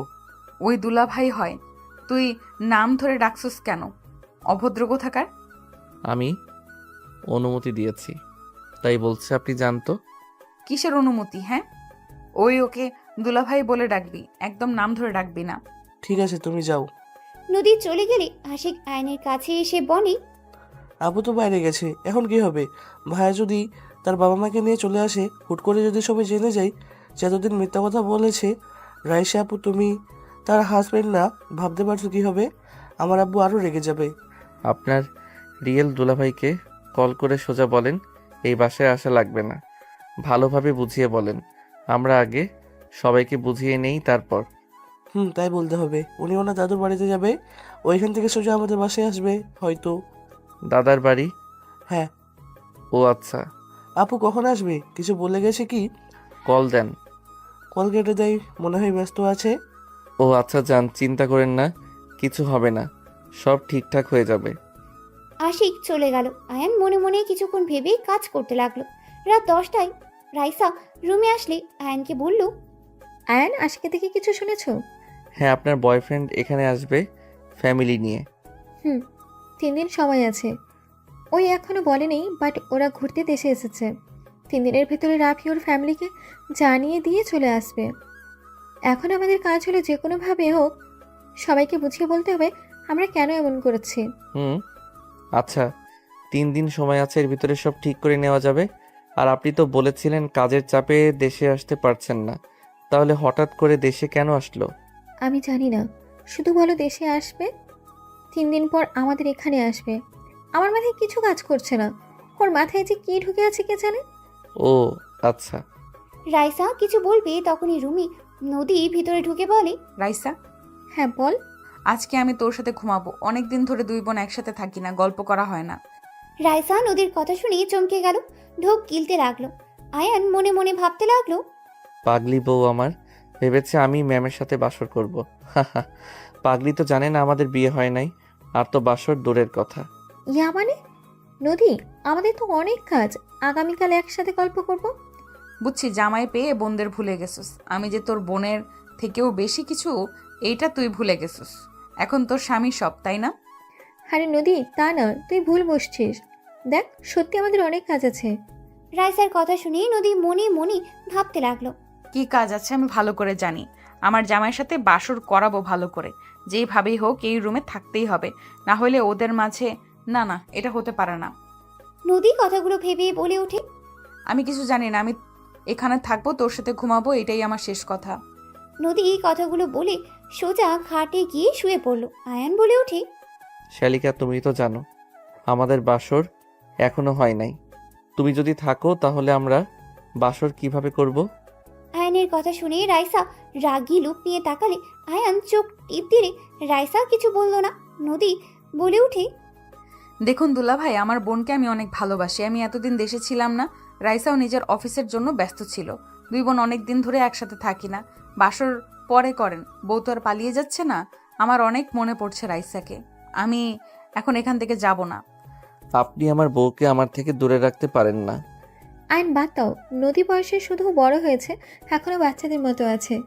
আর আসলে আমরা দু বোন অনেক দিন ধরে একসাথে থাকি না। আজকে তুমি সোফায় ঘুমাও, আমি আর নদী একসাথে ঘুমাবো।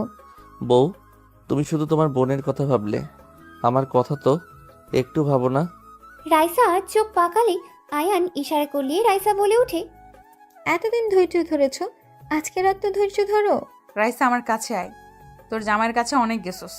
নদী রাইসাকে খাটে বসিয়ে রাইসার কোলে বসে আয়ানের দিকে তাকিয়ে ভিলেনের মতো হাসি দিলে আয়ান হাসতে শুরু করে দিল। রাইসা ভ্রু কুচকে তাকালে আয়ান বলে ওঠে, বউ, আমার জায়গায় তুমি শালিকাকে কেন দিচ্ছ? কাজ করো। ঠিক আছে। রাইসা নদীর মাথায় হাত বুলিয়ে দিয়ে ঘুম পাড়িয়ে দিল। রাইসা আয়ানকে বলে, এই, তুমি এত বেশি কথা বলে কেন? রাগ তুলবে না বলে দিলাম, ভুলেছেও না। তুমি কিন্তু আমার ফেক হাজবেন্ড, জামাইয়ের মতো ব্যবহার করবে না একদম। ম্যাম, আপনার যে বোন, উনি সন্দেহ করতো, তাই আমি একটু বাজে কথা বলছি। আমি আপনার জন্য তো বললাম। ভালো হয়েছে, মনোযোগ দাও। আয়ান চুপচাপ কাজ করতে লাগলো, রাইসা ল্যাপটপ নিয়ে কাজ করতে লাগলো। সারা রাত দুইজন কাজ করতে করতেই লাগলো। 4টার দিকে দুইজন ঘুমিয়ে গেল। সকালে নদী ঘুম ভাঙলে দেখে রাইসা ওকে জড়িয়ে ধরে ঘুমিয়ে আছে। নদী রাইসার হাত সরিয়ে দিয়ে আয়নের দিকে তাকিয়ে দেখে আয়ান সোফায় ঘুমিয়ে আছে। নদী বিজয়ী হাসি হেসে মনে মনে ভাবতে লাগলো, কর বাসর, আমার আগে বাসর করার মজা বুঝিয়ে দিয়েছি। লুচ্চা বেডা একটা, এমন জায়গায় মারবো না বাসর আর মুখেও নিয়ে আসবি না, কুত্তা বিড়াল। নদী মুখ ভেঙচি দিয়ে নেমে চলে গেল রুমে। রাইসার ঘুম ভাঙলে ঘড়ির দিকে তাকাতে দেখে অনেক বেজে গেছে। রাইসা তাড়াতাড়ি করে উঠে পড়লো। আয়নকে তাড়াতাড়ি ডাক দিয়ে তুলে নিয়ে বলল, আয়ন ওঠো, তাড়াতাড়ি রেডি হতে হবে, অনেক বেঁচে গেছে। রাইসা কথাগুলো বলেই চলে গেল। আয়ান তাড়াহুড়ো করে উঠে পড়লো। ব্যাগ থেকে শার্ট প্যান্ট নিয়ে পাশের রুমে গিয়ে ফ্রেশ হয়ে রেডি হয়ে নিল। রাইসার রুমে এসেছে, সব কিছু গুছিয়ে নিতে লাগলো। গুছিয়ে নিয়ে রাইসার সাথে তাড়াতাড়ি করে বাসা থেকে বের হয়ে গেল। সন্ধ্যার দিকে আয়ান রাইসা বাসায় ফিরলো। বাসায় ঘরে যেতেই আয়ান রাইসা দুজন চমকে উঠল। আয়ানকে দেখে কেউ কিছু বলার আগেই নদীর আম্মু বলে ওঠে, আম্মাজান, এটা রাইসা আর তার হাজবেন্ড আয়ান। রাইসা, এইটা তোর দাদিমা, ছোট চাচ্চু চাচ্চি, আর এটা তোর ছোট চাচ্চুর ছেলে মেয়ে রাফি আতিয়া। আসসালামু আলাইকুম, কেমন আছেন আপনারা? ওয়ালাইকুম আসসালাম, আলহামদুলিল্লাহ। আয়ানকে কেউ কিছু বলার আগেই আয়ান হাতিয়ার সামনে গিয়ে ঠাস করে থাপ্পড় মেরে দিল। সবাই হতভম্ব হয়ে গেল। নদীর আব্বু রেগে বলে ওঠে, ফকিন্নির বাচ্চা, তোর এত বড় সাহস, আমার বাতিজির গায়ে হাত তুলস? রাইসা, তোর জামাইকে আজকে আমার হাত থেকে কেউ বাঁচাতে পারবে না। অনেক সহ্য করেছি, আর না। আয়ন, এটা কি করলে? এই তোমার বয়স কত? আতিয়া গালে হাত দিয়ে ঠোঁট বিচ্ছিরে কান্না করতে লাগলো। আয়ানকে জড়িয়ে ধরলে আয়ান সরিয়ে দেওয়ার চেষ্টা করতে লাগলো। আয়ান বলে ওঠে, খুব পাকনা হয়ে গেছো তাই না? কোথায় কি করো তুমি কি ভাবছো আমি কিছু জানি না? থাপ্পড় দিয়ে সবগুলো দাঁত ফেলে দিব। কি করছো তুমি জানো না নাকি? আমি যদি মুখ খুলি তো তোমাকে মেরে কেটে নদীতে ভাসিয়ে দিব। ছাড়ো। নদীর আব্বু রেগে আয়নের কলার ধরে টান দিয়ে ঠাস করে থাপ্পড় মারলো। দাদিমা বলে ওঠে, শফিক, ছাড়ো ওকে। আম্মাজান, আপনি জানেন না এই ফকিন্নির বাচ্চা রাইসাকে ফাঁসিয়ে বিয়ে করেছে। আমাদের সম্পত্তির লোভে এই বাড়িতে এসেছে। শফিক, ছাড়তে বলেছি, ছাড়ো। কে কি সেটাই না জেনে হাত তুলবে না। তোমাদের সম্পত্তির লোভ ওর নাই, বুঝতে পারছো? ওর যা আছে তোমাদের তাও নেই। ছেড়ে ওকে। দাদিমার কথা শুনিয়ে সবাই অবাক হয়ে গেল। আয়ান নদীর আব্বুর হাত সরিয়ে দিয়ে বলল, আপনাদের সব ভাইদের মধ্যে শুধু অহংকার, একমাত্র আমার শ্বশুর ভালো মনের মানুষ। আয়ান কথাগুলো বলেই চলে গেল। রাইসা বলে ওঠে, আয়নের হয়ে আমি সবার কাছে ক্ষমা চাচ্ছি। হাজব্যান্ডের সাথে অনেক সুখে আছেন দেখছি। অবশ্যই, কেন থাকবো না। রাইসা কথাগুলো বলেই চলে গেল। আয়ান ফ্রেশ হয়ে খাটে বসলে রাইসা রেগে বলে, তুমি আমার কাজিনের গায়ে হাত তোলার সাহস কি করে পেলে? নোংরামি করার একটা লিমিট আছে। আশিক ভাইয়ার গার্লফ্রেন্ড ওই মেয়েটা, অসভ্য একটা মেয়ে। ওরা তো বিয়ে করবে, তাতে তোমার কি সমস্যা? দেখো, তুমি নিজে লিমিটের ভেতরে থাকো। উনি আপনার কাজিন হয়, আগে তো বলেন নাই। কি বলবো, আমি নিজেই তো জানতাম না। জানলে কি এত কিছু করতে হইতো? সবাই জানিয়ে দিতাম। ও আচ্ছা, যাই হোক, আমরা যে প্রজেক্টটা পেলাম এতে অনেক ভালো লাগছে। আপনার অনেক দিনের স্বপ্ন পূর্ণ হয়েছে। এখন শুধু কাজ করতে হবে। ঢাকা চলে যেতে হবে যত তাড়াতাড়ি। আপনার ফ্যামিলিগত সমস্যার সমাধান করতে হবে। রাইসা আলমারি থেকে পোশাক নিয়ে ওয়াশরুমে চলে গেল। গোসল করে ছাদে চলে গেল। আয়নও ছাদে চলে গেল। বাতাসে রাইসার চোখে কিছু পড়লে রাইসা বলে ওঠে, আয়ান, একটু দেখবে কি? গলা অনেক জ্বালা করছে। আয়ান রাইসার চোখে ফু দিতে লাগলো। হঠাৎ করে ছাদে সবাই চলে আসলে সবাই হালকা করে কাশি দিলে আয়ান পিছনে ঘুরে দেখে নদী, রাফি, আতিয়া, আশিক আর কিছু কাজিনরা দাঁড়িয়ে আছে। নদী রেগে হাত মুঠো করে দাঁতে দাঁত চেপে বলে, সব কিছুতে একটা লিমিট থাকে। ছাদে এসেছে আপনাদের রোম্যান্স করতে হবে? নোংরামি করতে লজ্জা করে না? ঘর কি জন্য আছে? বিছানা বালিশ সব নিয়ে এসেছি, এখানে বাসর কর দুইজনে। নদীর কথা শুনে রাইসা রাফির দিকে তাকালো। রাইসা ঘৃণ্য শরীর গুলিয়ে আসতে লাগলো। রাফি কিছু না বলে এক সাইডে চলে গেল। আয়ান নদীর দিকে রাগী লুক নিয়ে তাকিয়ে বলে, আমার বউ, আমি যেখানে ইচ্ছে সেখানে আদর করব। তোমার সমস্যা কোথায়? সব সময় বেশি বুঝবে না। আমার কি সমস্যা হবে? সবার সামনে নোংরামি মেনে নেওয়ার মতো না। আমরা না এসেছে যদি এখানে বড়রা কেউ আসতো তখন কি হতো? দেখো তো কি আর হইতো। জাস্ট শ্যাট আপ আয়ান, মুখ সামলিয়ে কথা বলো। ভাইয়া ভাবির চোখে ময়লা গেছে, বের করে দাও। আমি তো বের করতে নিয়েছি, তার ভিতরে তো তোমরা চলে আসলে। আয়নের মুখ থেকে ভাইয়া ভাবি শুনে বেশ অবাক হয়ে গেল নদী, রাইসা, আশিক। রাফি বলে উঠে, তুই বের কর, আমার বউ নাকি যে আমি বের করব? মেজাজ খারাপ করবে না, তুমি ভালো করে জানো এখানে কোনো বাজে কিছু হতে পারে না। বের কর, কেউ দেখলে ঝামেলা হবে, চোখ দিয়ে পানি পড়ছে। আতিয়া ভাবির চোখের ময়লাটা বের করে দাও। উনি আমাদের ভাবি হয়, আমার বউ না, কাউকে বলো না। বড় ভাইয়া রাইসা আপুকে ভালোবাসে, ওনারা রিলেশনে আছে। আর তুমি আশিকের সাথে যা শুরু করছো, মেজাজ খারাপ করো না। কথা বলা যদি বেশি দেখি, থাপ্পড় মেরে গাল ফাটিয়ে দিব। আয়নের কথা শুনে সবাই চোখ বড় বড় করে ফেলল। নদী বলে উঠে, রাইসার সাথে তোমার বিয়ে হয় নাই, না, তুমি ওর সাথে 6 দিন এক রুমে কেন থাকলে? রাতে যেমন দেখছো সেইভাবে থাকি। আশা করি তোমার প্রশ্নের উত্তর পেয়ে গেছো। আর আমাদের নিয়ে বাজে চিন্তা ভাবনা নিয়ে আসবে না। উনি আমার বড় বোন, ভাবি, ম্যামের বাহিরে কিছু না। আয়ান কথাগুলো বলে চলে গেল।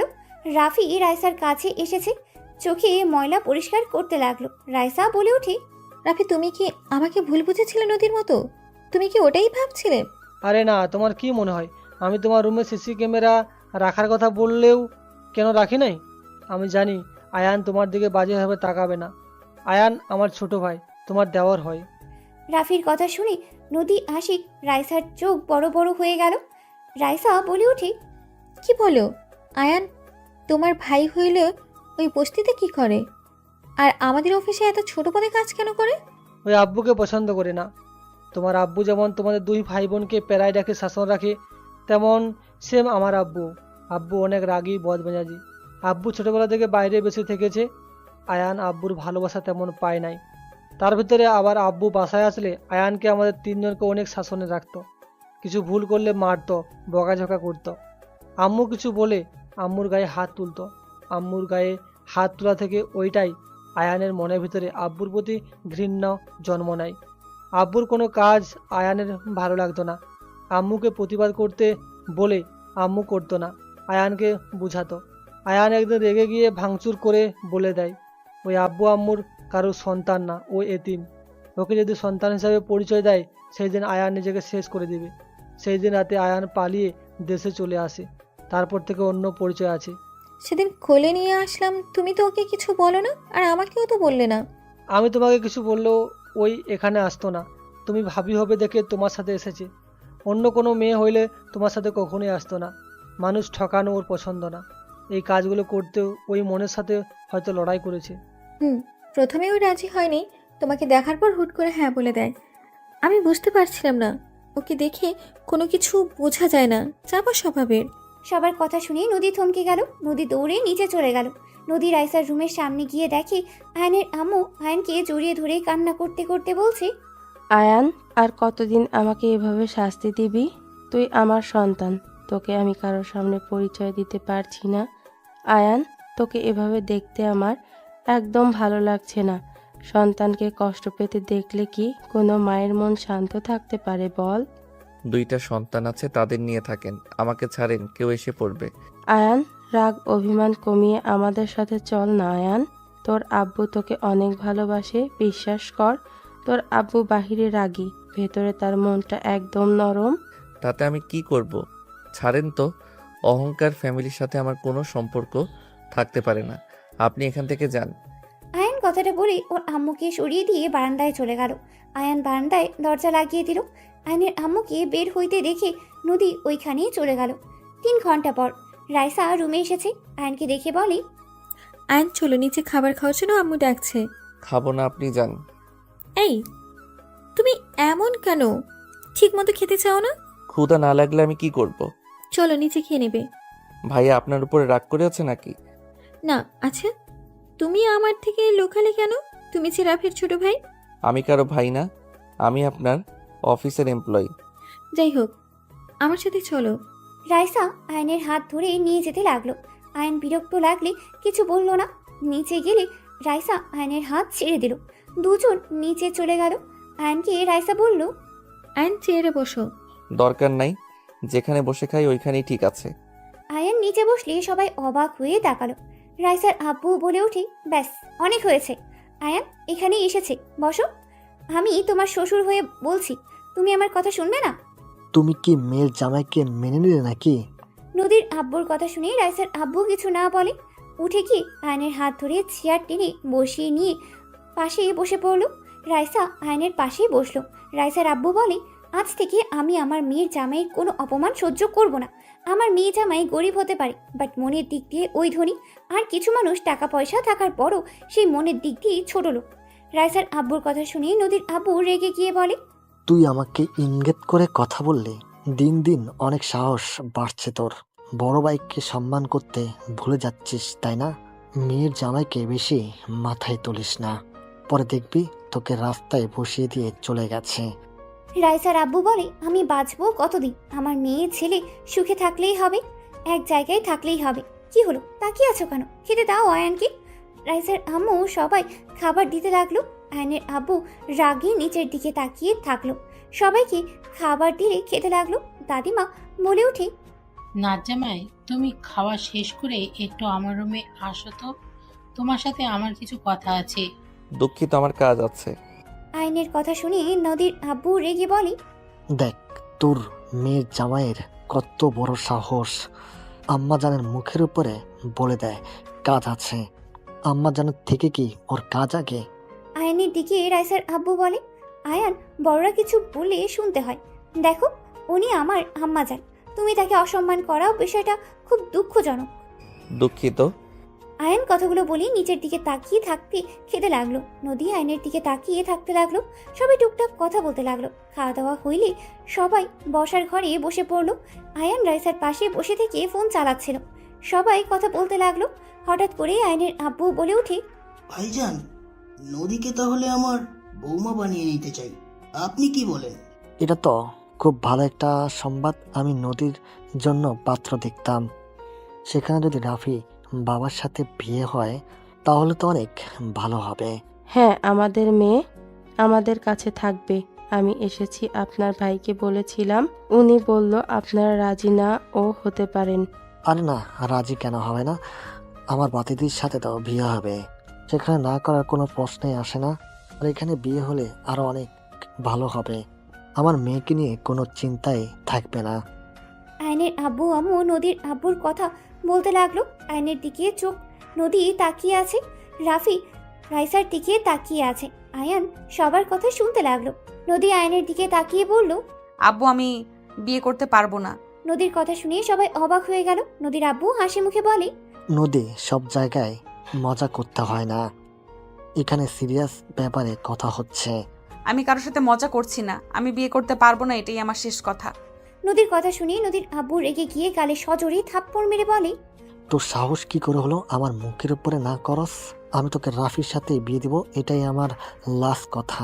তুই ভালো করে জানিস আমি একবার মুখ দিয়ে যা বের করি সেটাই করি। মেয়ে রাজি না থাকলে তাকে জোর করে বিয়ে দেওয়া ঠিক না আঙ্কেল। আয়নের কথা শুনে নদীর আব্বু রেগে ঘুরে আয়নের কলার ধরে বলে, তুই আমার মেয়ের মাথা নষ্ট করছিস নাকি? তুই তো আমার ফ্যামিলিকে নিজের হাতের মুঠো করে নিয়েছিস। দেখ, আমাকে রাগিয়ে দিস না, তোর জন্য মোটো কিছুই ভালো হবে না। রাইসার আব্বু নদীর আব্বুর হাত ধরে আয়নের কলার ছাড়িয়ে দিয়ে বলে, আয়ন খারাপ কিছু বলে নাই, নদী পছন্দ কি সেটা আগে জেনে তারপর বিয়ে ঠিক করো। মেয়ে রাজি না হলে সেখানে জোর করে বিয়ে দিও না। রাইসার আব্বুর কথা শুনে নদীর আব্বু বলে ওঠে, বাহ, খুব সুন্দর।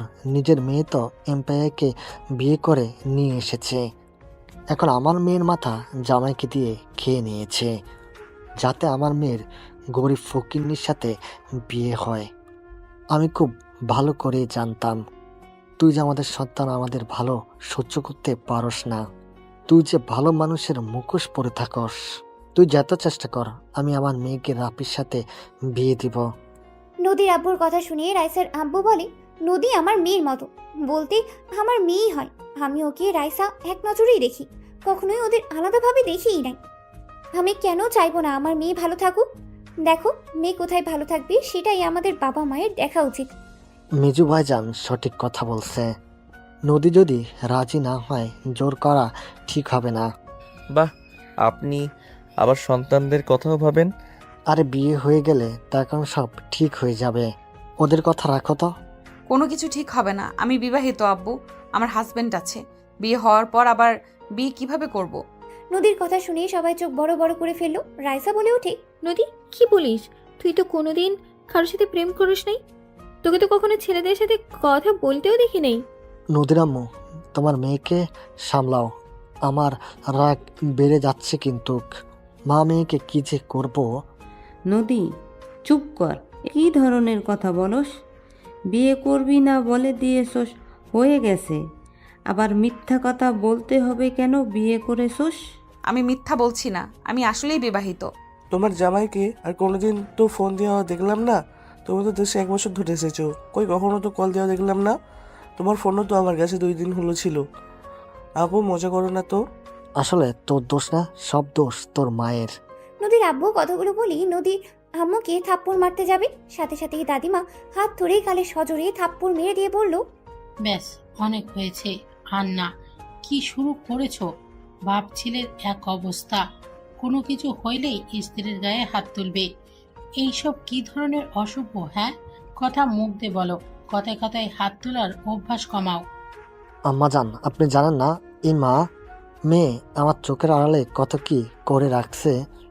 কে জানে, আজ যে মেয়ে মুখের উপরে তো দূর, চোখের উপরে চোখ রেখে কথা বলতে পারত না, সে মেয়ে আমার মুখের উপরে সোজা বলে দিচ্ছে এ বিবাহিত, বিয়ে করতে পারবে না। মেয়ে বড় হয়েছে, বিয়ে যদি করে থাকে সব দোষ তোর। তোর ব্যবহারে যা দেখতে পারছি, এখানে তোকে না জানিয়ে বিয়ে করবে, এটাই স্বাভাবিক। বড় ভাইজান শান্ত হন, এত রেগে গেলে হবে। নদী আম্মু, তুমি কি সত্যি বিয়ে করছো? জি। তোমার হাজবেন্ড কোথায়? মারা গেছে। আমার জামাই একটা কাপুরুষ, নিজের স্ত্রীকে সবার সামনে পরিচয় দেওয়ার সাহস পায় না। নদীর কথা শুনে আয়ান ভ্যাবাচাকা খেয়ে গেল। আয়ান নদীর পাশে দাঁড়িয়ে বলে, সবাই একটু চুপ করলে আমি কিছু কথা বলতে চাই। তুই আবার কি বলবি? অনেক কথা বলা আছে। আমি এখন যা বলবো কেউ রিয়্যাক্ট করতে পারবেন না, সব কথা শুনবেন। যখন বলবো আপনারা এখন রিয়্যাক্ট করতে পারেন, তাছাড়া যদি করেন এখানে যা আসে সব কিছু ভাঙচুর হবে। তুই হুমকি দেস নাকি? আয়ানের কলার ধরলে আয়ান হাত সরিয়ে দিয়ে বলল, কুল। প্রথমে তো মেজো চাচ্ছ আপনাকে, এখন যা বলবো আপনি অনেক কষ্ট পাবেন। আমাকে আপনি ক্ষমা করে দিয়েন। আমি আপনার কথা বলা শুরু করছি। রাইসা ম্যামের সাথে আমার কোনো সম্পর্ক নাই, ওনার সাথে আমার কোনো বিয়ে হয় নাই। আয়ানের কথা শুনে সবার চোখ বড় বড় করে ফেললো। রাইসার আব্বু বলে ওঠে, কি বলছো এসব আয়ান? তুমি বিয়ে না করলে তাহলে এসব মিথ্যা নাটক করার মানে কি? তুমি আমার মেয়ের সাথে এক রুমে থেকেছো, সবাই জানে তুমি আমার মেয়ের জামাই, এখন এসব কি বলছো? মজা করো না আয়ান। আঙ্কেল প্লিজ দয়া করে ভেঙে পড়বেন না, আমি আপনাকে সবকিছু খুলে বলছি। আপনারা ওনাকে অন্য জায়গায় বিয়ে দিতে চাইছেন, উনি অন্য কাউকে ভালোবাসে। তার ফ্যামিলিকে জানাতে পারে নাই দেখে এখানে আসতে পারে নাই। পরে ওনারা উপায় না পেয়ে আমাকে হায়ার করে। আমি আপনাদের ঠকাতে চাই নাই, বাট পরে দেখলাম উনি যাকে ভালোবাসে আমি তাকে খুব ভালো করে চিনি। আমারও পরীক্ষা করার ছিল আসলে আপনার মেয়ে ওই বাড়ির বউ হওয়ার যোগ্য নাকি। কি ফাজিল, তুমি আমাকে পরীক্ষা করছো? সরি, কিছু করার নাই। আপনি যার সাথে সংসার করবেন সেই আমার প্রিয়। তার স্ত্রী খারাপ নাকি ভালো সেইটা তো আমার জানার দরকার ছিল। আপনি অনেক ভালো, আপনি একদম অনেস্ট, যাকে ভালোবাসেন তাকে শুধু ভালোবাসেন, এটা অনেক ভালো লেগেছে। কাকে ভালোবাসে রাইসা? আর সেই ছেলেটা বা কে? ওইটা পরে বলি আন্টি।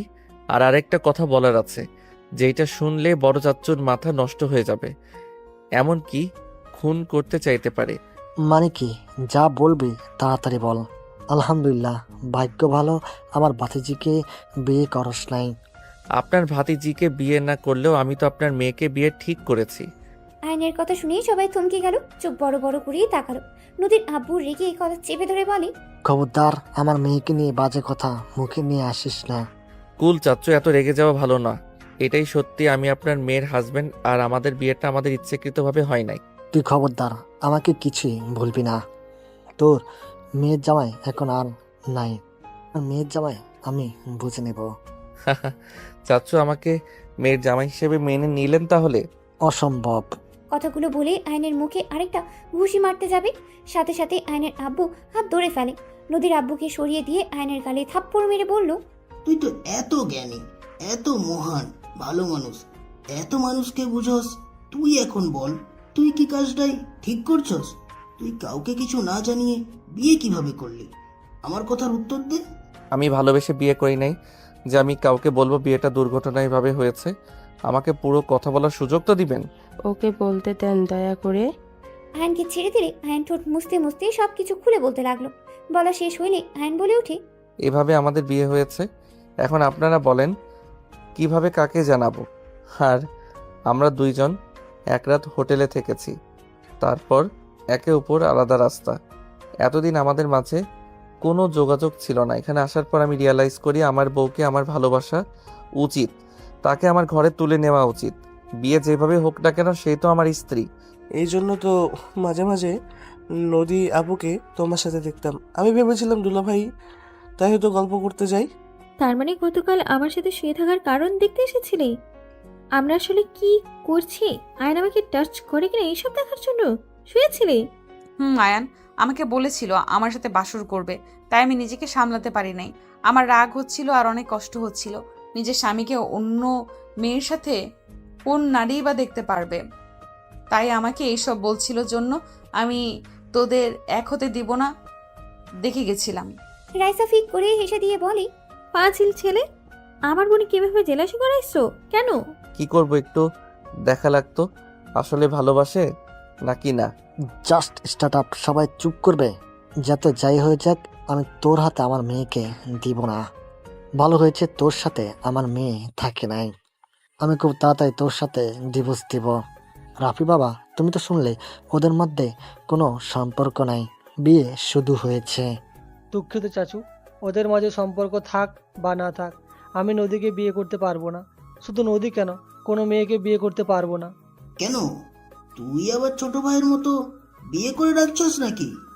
আম্মু, রাইসা আপু তোমার বড় বৌমা, আর নদী তোমার ছোট বৌমা, আর আশিক তোমার মেয়ের জামাই। আতিয়া আশিক রিলেশনে আছে, আর ভাইয়া আর রাইসা আপু রিলেশনে আছে। রাফি ভাইয়া আব্বুর ভয়ে কিছু বলতে পারে নাই।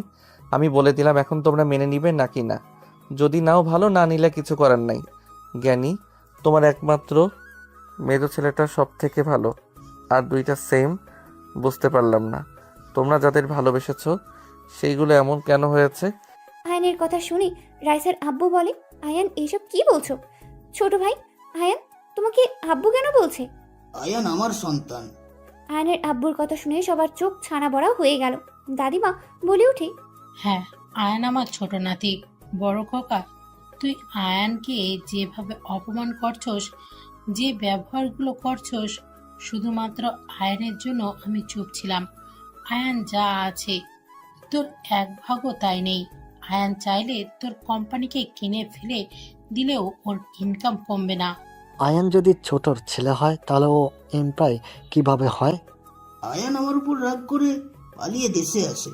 ওই আমাকে ঘৃণ্য করে। আমি আমার সন্তানকে দূর থেকে খোঁজ খবর নিতাম, বাট দিনাজপুরে গিয়ে এইসব হয়েছে, এইসব আমি জানতাম না। যাই হোক, অত কথা বলে লাভ নাই। নদী যেহেতু আমার বৌমা হয়ে গেছে, আমার সন্তান খুশি তো আমরাও খুশি। আর রাইসাকে যেহেতু রাফি ভালোবাসে, সেখানে আমার আর কোনো সমস্যাই নাই। যার যার মতো তাদের পার্টনার খুঁজে নিয়েছে, এখানে আর কিছু বলার নাই। বাট আশিক, তোমাদের বিয়ে দিলেও আমার মেয়েকে এই বাড়িতে পাঠাবো না। চাচু, আমি কি করেছি? কেন পাঠাবেন না? তোমরা দুইজন আরো একটু বড় হও, পড়াশোনা শেষ করো, তারপর। আচ্ছা। বড় ভাইজান, আপনার কি কোনো আপত্তি আছে? না আয়ান, ক্ষমা করে দিও। আমাকে তো একবার বলতে পারতে যে তুমি আমাদের বাতিজা। আসল ব্যবহার তো সবার দেখলাম। যাই হোক নদী, তুমি যদি ভেবে থাকো আমি ওনার ছেলে দেখে লন্ডন গিয়ে থাকতো, তাহলে ভুল। আমি ওই বস্তিতে থাকবো। আমার সাথে যদি বস্তিতে থাকতে পারো তাহলে আমার হাতটা শক্ত করে ধরবে, ছাড়তে পারবে না। আর যদি না ধরো তাহলে সারা জীবনের মতো চলে যাবে। নদী আয়নের হাত শক্ত করে ধরে বলে, স্বামী যেখানে আমিও সেখানে, কিন্তু পরনারীদের থেকে দূরে থাকতে হবে। যদি কোনো নারীর সাথে দেখি তাহলে কিন্তু। বুঝছি, খুন করবে নাকি? ও থুকু, আমি তো মারা গেছে, আমাকে আবার খুন করবে কিভাবে? আয়নের কথা শুনে সবাই হেসে দিলে নদী আয়নকে মারতে মারতে বলে, আমি রেগে বলছি, তুমি চুপ করেছিলে তাই বলছি। ও আচ্ছা, আমি তো ভেবেছিলাম সত্যি মারা গেছি। চুপ করো। আয়ন চুপ হয়ে গেলে সবাই হাসতে লাগলো। নদী আয়নের বাহু জড়িয়ে ধরে লজ্জা পেয়ে গেল।